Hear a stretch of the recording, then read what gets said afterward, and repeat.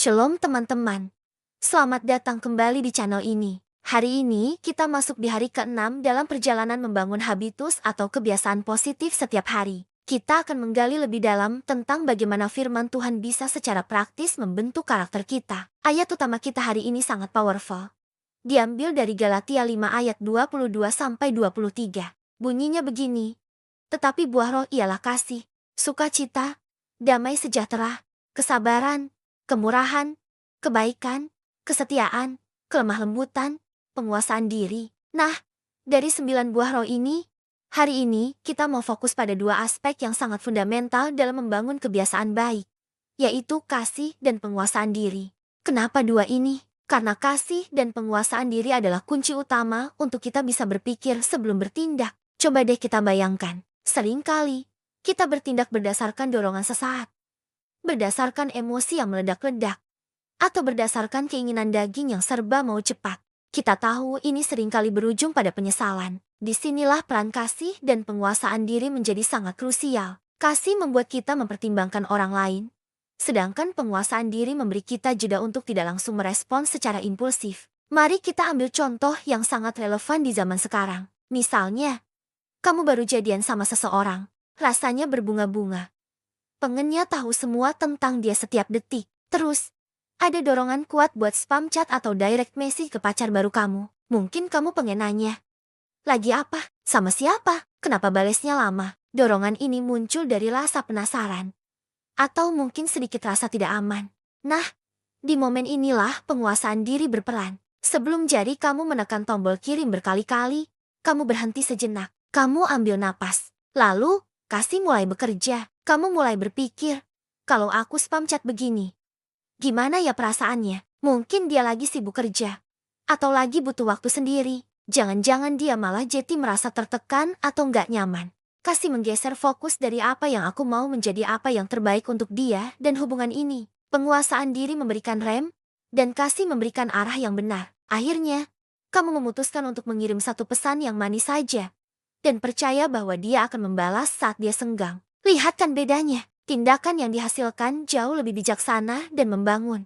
Contoh lain dalam kehidupan sehari-hari, mungkin kamu lagi di jalan, terus ada motor yang nyalip sembarangan, dan hampir bikin kamu jatuh. Reaksi pertama yang muncul apa? Mungkin marah, pengen teriak, atau bahkan pengen ngejar balik. Ini adalah reaksi impulsif, tapi kalau kita melatih buah roh, kita akan mengaktifkan penguasaan diri. Kita berhenti sejenak, menenangkan diri. Lalu kasih mengingatkan kita, mungkin orang itu lagi buru-buru karena ada urusan darurat. Mungkin dia juga nggak sengaja. Daripada membalas dengan kemarahan yang bisa memperburuk situasi, kita memilih untuk melepaskan, mengampuni, dan melanjutkan perjalanan dengan damai sejahtera. Sekarang, mari kita lakukan sedikit refleksi pribadi. Coba deh kamu pikirkan sejenak. Apa satu kebiasaan impulsif yang paling sering kamu lakukan? Mungkin itu kebiasaan ngecek handphone setiap 5 menit. Mungkin kebiasaan langsung motong pembicaraan orang lain. Atau mungkin kebiasaan belanja online setiap kali merasa stres. Apapun itu, coba identifikasi satu kebiasaan yang sering membuat kamu bertindak terlalu cepat tanpa pikir panjang. Setelah kamu menemukannya, mari kita coba ganti kebiasaan itu dengan sebuah rutinitas baru yang lebih positif dan membangun. Misalnya, kalau kamu sering tergoda untuk belanja impulsif saat stres, coba ganti dengan rutinitas menulis jurnal harian. Setiap kali dorongan itu muncul, ambil buku dan pulpen, lalu tuliskan apa yang kamu rasakan. Kenapa kamu stres? Apa yang sebenarnya kamu butuhkan? Proses ini akan membantumu mengelola emosi dengan lebih sehat. Atau kalau kamu sering menyela pembicaraan orang, latih dirimu untuk mendengarkan sampai selesai. Hitung sampai 3 dalam hati sebelum merespons. Rutinitas kecil seperti ini, jika dilakukan secara konsisten, akan membangun otot penguasaan diri kita. Ingat teman-teman, buah roh ini bukan sesuatu yang kita hasilkan dengan kekuatan sendiri. Ini adalah hasil kerja Roh Kudus di dalam hidup kita. Tugas kita adalah bekerja sama dengannya, menyediakan lahan hati yang subur agar buah itu bisa tumbuh. Mempraktikkan kasih dan penguasaan diri akan membuat hidup kita jauh lebih stabil, damai, dan tidak lagi dikendalikan oleh impuls sesaat. Tuhan mau kita memiliki karakter yang kuat, karakter yang mencerminkan Kristus. Dan karakter itu dibangun dari kebiasaan-kebiasaan kecil yang kita latih setiap hari dengan pertolongannya. Mari kita tutup dalam doa. Tuhan Yesus, terima kasih untuk firman-Mu hari ini yang mengingatkan kami tentang pentingnya buah roh.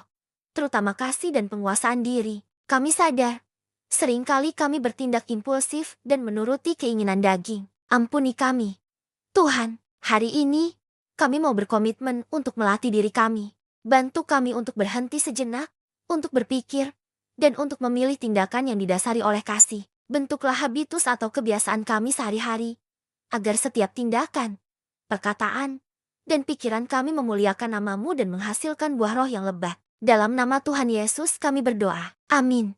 Terima kasih teman-teman sudah menyimak sampai akhir. Semoga renungan ini bisa memberkati dan menguatkan kita semua. Jangan lupa untuk like, komen, dan subscribe ya, supaya kita bisa terus bertumbuh bersama. Tuhan Yesus memberkati.